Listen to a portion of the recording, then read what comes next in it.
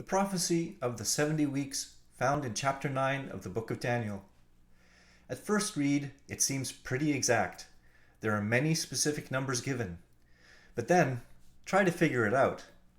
Untold numbers of people have tried. There are countless theories how it should be understood. However, there is one way of looking at it that has caught on so that it is now the de facto view of many Christians. It satisfies those who want to treat the text literally and historically, and allows the prophecy to have a portion that is yet to be fulfilled. This proposed interpretation was put forward by Sir Robert Anderson in the 19th century. Many people still use his book today and quote his calculations. However, not everyone is aware that there are difficulties with his proposal. Harold Hoehner, during the 1970s, investigated the matter and corrected these discrepancies, and many people now view his proposal as the airtight case that has not been corrected since. Many people look to this particular ingenious interpretation as one of the most important proofs that the Bible can be trusted and is of supernatural origin. This one prophecy alone is continually pointed to as the most significant prophecy contained in the Bible. While I wholeheartedly agree that it is one of those most important prophecies, this interpretation has major flaws. I once took the information of these gentlemen at face value, since I did not have the knowledge to verify all the calculations. But since then, I have researched the subject matter intensely and have determined there are serious problems with both interpretations. I realize this will be very hard to accept for some. Some people will turn off right at this point. But let me assure you, there is hope. While this might initially be very disappointing, my goal is to show you an alternative interpretation. Still taking the prophecy literally, still using accurate historical dates, and still affirming that a portion of the prophecy is yet to be fulfilled. But I do have to critique the accepted interpretation to show where the critical errors lie. Let's first examine the initial work of Sir Robert Anderson. His well-researched book contains much accurate scholarship. I do not have to examine all the details of the prophecy. I will assume you are well familiar with the topic. If not, there are plenty of other presentations and books that explain his view in great detail if you do not have access to Anderson's book. He lays out 7 points which he determines as fact. Here is the quote. Dismissing from our minds, therefore, all mere theories on the subject, we arrive at the following definitely ascertained facts. 1. The epoch of the 70 weeks was the issuing of a decree to restore and build Jerusalem. 2. There never was but one decree for the rebuilding of Jerusalem. 3. That decree was issued by Artaxerxes, king of Persia, in the month Nisan, in the 20th year of his reign, in BC 445. 4. The city was actually built in pursuance of that decree. 5. The Julian date of the 1st of Nisan 445 was the 14th of March. 6. 69 weeks of years, that is 173,880 days, reckoned from the 14th March BC 445, ended on the 6th of April AD 32.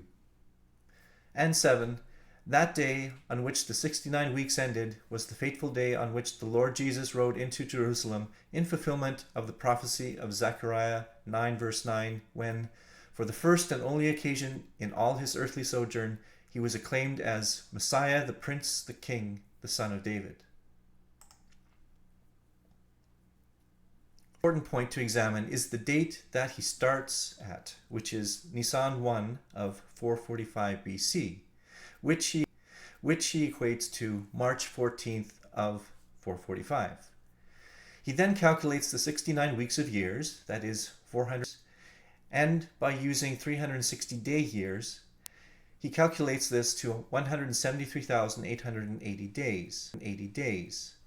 Going forward this number of days, he says he lands on April 6th, 32 AD, which is Nisan 10, the triumphal entry of Jesus Christ. Since the time of Anderson, the concept of a Julian date has been invented. This is not the same as the Julian calendar. A Julian date is a number assigned to each particular day in history. It always references the same day. So no matter the type of calendar desired, it can be easily converted. It makes calendar math relatively simple. Let's take a look at Anderson's dates in this manner. The starting date of March 14th, 445 is Julian date 1558960. That is the number assigned to it, no matter if you are looking at it in the Julian calendar, or the Babylonian calendar, or the Egyptian calendar, or the Jewish calendar. That number points to a particular 24-hour period with a unique relationship of the sun, moon, earth, and stars. Anderson says to move forward 173,880 days, and so we add that to the Julian day we now have. We come to Julian day 1732840. That is 483 years of 360 days each. The conversion of that Julian number into the Julian calendar is Friday, April 4th, 32 AD. Anderson states that it is Sunday, April 6th. His calculations are off, which unfortunately invalidate his entire system. To be clear, it does not work out the way he says it does.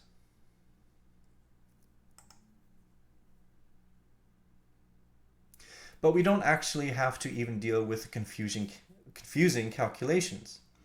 The start date of March 14th, 445 is a problem in itself. He states that it was Nisan 1 in the Persian Empire of that year. According to the calendar expert Stern in his book Calendar and Community, the new year, or month of Nisan, for the Babylonians and Persians began with the first new moon after the spring equinox.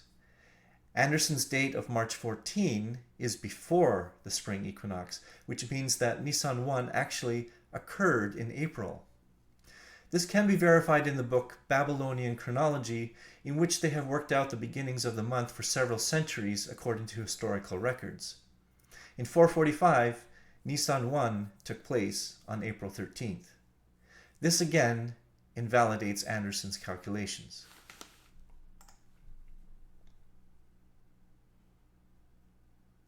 During the 1970s, Harold Hoehner investigated this matter and identified issues with Anderson's calculations. He determined several improvements, one of which was that the beginning year was actually 444 BC, due to the way the reigns of kings were determined. The overall statement describing his calculations is the following. Using the prophetic year, the calculation would be as follows, multiplying the 69 weeks by 7 years for each week by 360 days, gives a total of 173,880 days. The difference between 444 BC and AD 33 then is 476 solar years. By multiplying 476 by 365.24219.879, or by 365 days, 5 hours, 48 minutes, 45.975 seconds, one comes to 100,773 and 855 days, 6 hours, 52 minutes, 44 seconds, or 173,855 days. This leaves only 25 days to be accounted for between 444 BC and AD 33. By adding the 25 days to March 5th of 444 BC, one comes to March 30th or AD 33, which was Nisan 10 in AD 33. This is the triumphal entry of Jesus into Jerusalem.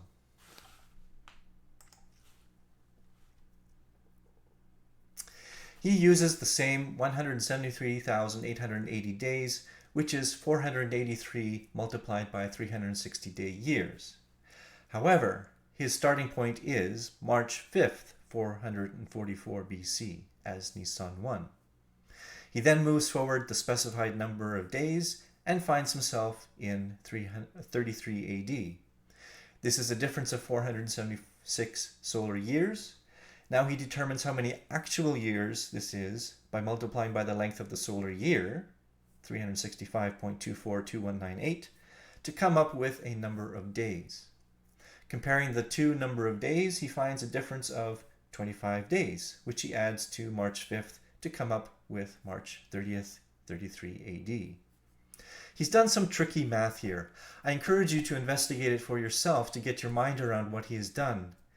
To try and explain it a little bit more simply, he took the original 360-day year number and found that it ended in 33 AD. He then ignores the remainder of what day it actually pointed to. He takes the 2 years as endpoints and figures out the difference. Then he determines the actual number of days this is. Now he again takes up the original number of days and compares it and finds that there are 25 days difference. This is what he adds to March 5th, even though that number has nothing to do with 33 AD. That's the date in 444 BC. It's a very roundabout way of doing the math. So let's do the math in a more simple way, just like we did with Anderson's information. The starting date of March 5th, 444 BC is 1559316 Julian date. Now move forward the 173,880 days, that is the 483 years multiplied by 360, and you've come up with Julian date of 1733196.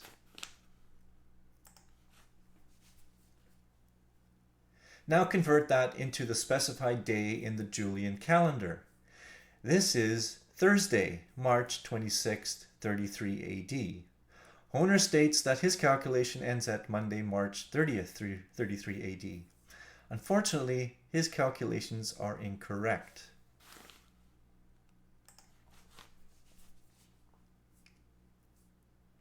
In addition, his initial starting date of March 5th, 444 BC, that he states as Nisan 1, is also incorrect.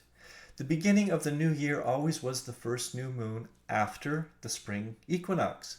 March 5th is several weeks before the equinox and could not possibly have been Nisan 1 as he states.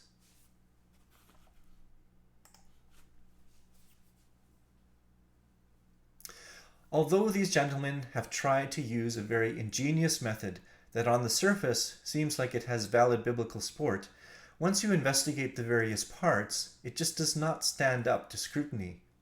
For some, this will be very difficult to accept. I too wanted desperately to believe this interpretation to be true. It leaves you feeling you are on very unstable ground.